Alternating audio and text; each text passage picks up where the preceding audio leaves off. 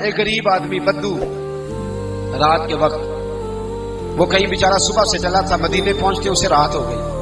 اس نے ڈرتے ہوئے نا خیمہ باہر لگا لیا. جہاں رات ہوئی نا آدھی رات ہو گئی، 1-2 بجے سمجھ لے پہنچا مدینے، تو اس نے باہر نے خیمہ لگا لیا. بیوی اس کی امید سے تھی، بچے کی ولادت کا وقت قریب آ گیا، بیمار ہو گئی، اس نے خیمہ لگایا. بیوی اندر ہے. حضرت عمر فاروق گشت پہ تھے رات کو، ساتھ ایک غلام تھا. حضرت عمر فاروق رضی اللہ تعالیٰ عنہ کہنے لگے وہ آگ جل رہی ہے تھوڑی سی، پتا کرو کون ہے. تو آپ کا غلام پتا کرنے گیا تو بدو نے ڈانٹ دیا، کہنے لگے جاؤ تمہیں کیوں بتاؤں. حضرت عمر خود گئے، کہنے لگے مسافر بھائی بتا تو صحیح. کہنے لگا جی چھوڑے، میں آپ کو کیوں بتاؤں میں کون ہوں، کیسے آیا ہوں. فرمایا خیمے کے اندر سے کراہنے کی آواز آتی، کوئی درد سے چیخ رہا ہے، بتا ہمیں بات کیا ہے. کہنے لگا جی میں فلاں بستی فلاں علاقے کا ایک غریب ہوں، امیر المومنین عمر فاروق سے ملنے آیا ہوں، اور رات ہو گئی ہے تو یہاں خیمہ لگایا ہے، صبح میں ان سے مل کے چلا جاؤں گا.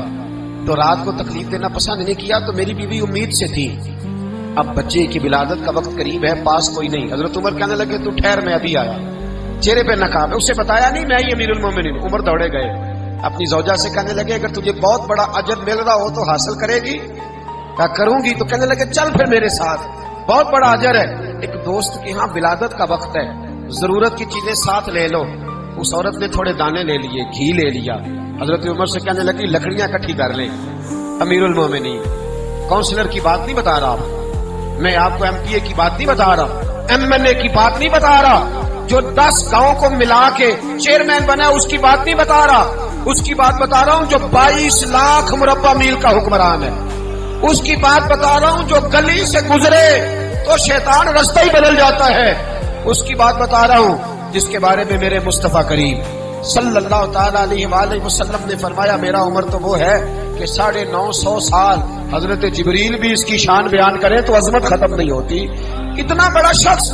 حضرت عمر نے لکڑیاں اکٹھی کی، اینٹوں کا روڑے لے کے چولہا بنایا، پہنچ گئے. آپ کی زوجہ کہنے لگی یہ تھوڑے دانے ڈالنے، گھی ڈالنے اور ایک لکڑی لے کے اس کو ہلائیں، تیار کریں.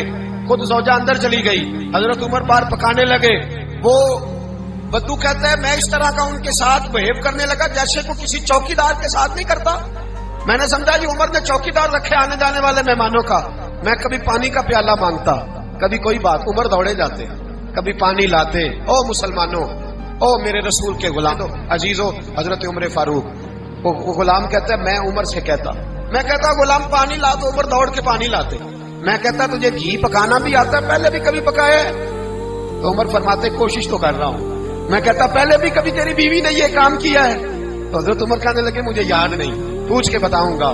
کہتے ہیں کیا رنگ تھا، کیا انداز تھا، کیا مصطفیٰ کی تربیت تھی، کیا انداز حضور نے سکھائے غلاموں کو. یہ کس طرح کا امیر ہے کہ یہ ہنڈیاں پکا رہا ہے، پھونکے مار رہا ہے ایک غریب کے لیے، دیہاتی کے لیے جسے جانتے بھی نہیں. اندر اس شخص کی بیوی کے ہاں بیٹا پیدا ہوا.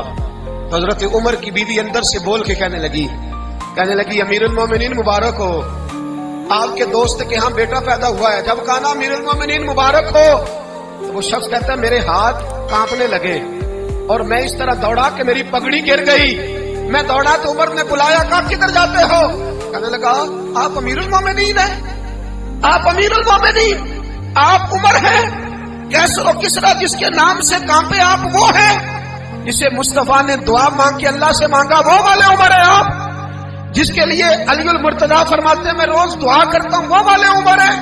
جس کے بارے میں ابوبکر صدیق نے فرمایا تھا کہ میں اللہ سے کہوں گا مولا جو تیرے محبوب کی امت کے حق میں سب سے بہتر تھا میں اسے خلیفہ بنا کے وہ والے عمر ہیں.